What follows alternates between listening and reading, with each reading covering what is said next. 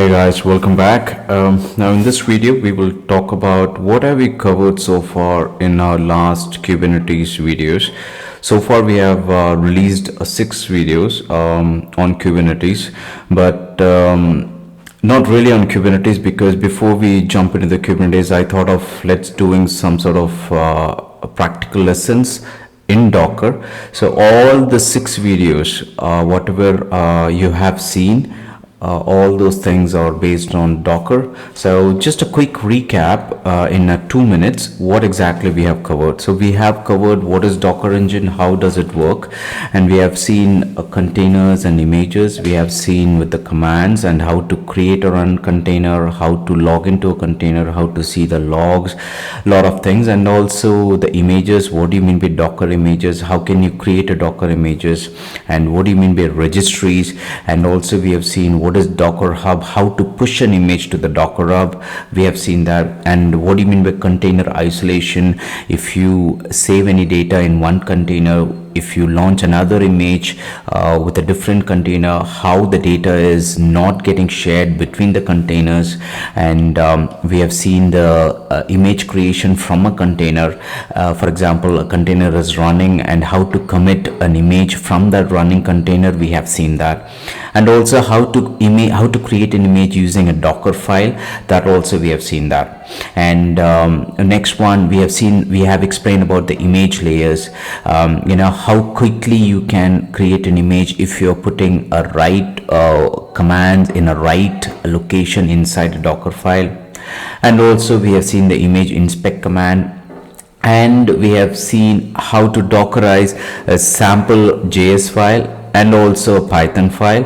And we explained about Docker Swarm, which is nothing but prior to the Kubernetes. Docker Swarm is an orchestration tool for Docker.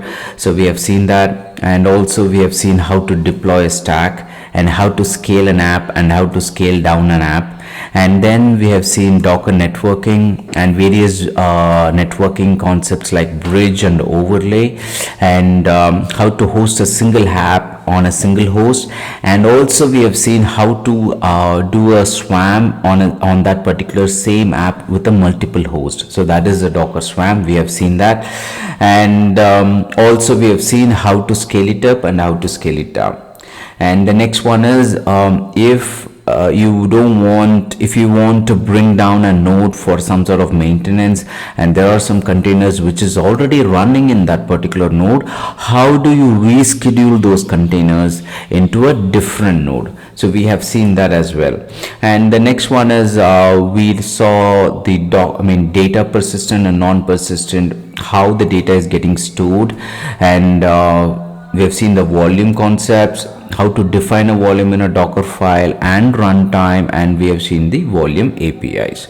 So these are all the things which we have covered in the last 6 videos. Please do watch if anybody hasn't watched that. This is very, very helpful in all the practical way.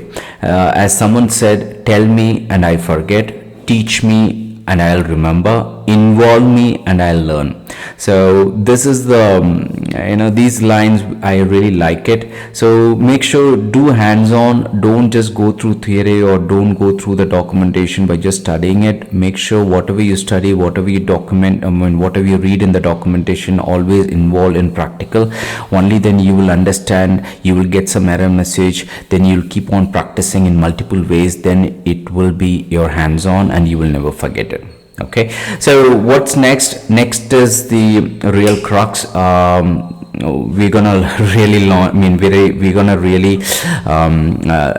about Kubernetes. So in my next video I will talk about, so far we have seen we have installed Docker, we ran Docker and on my AWS machines, but for Kubernetes I don't think you can go for you can go for free tier instance in AWS, so that will take costly thing.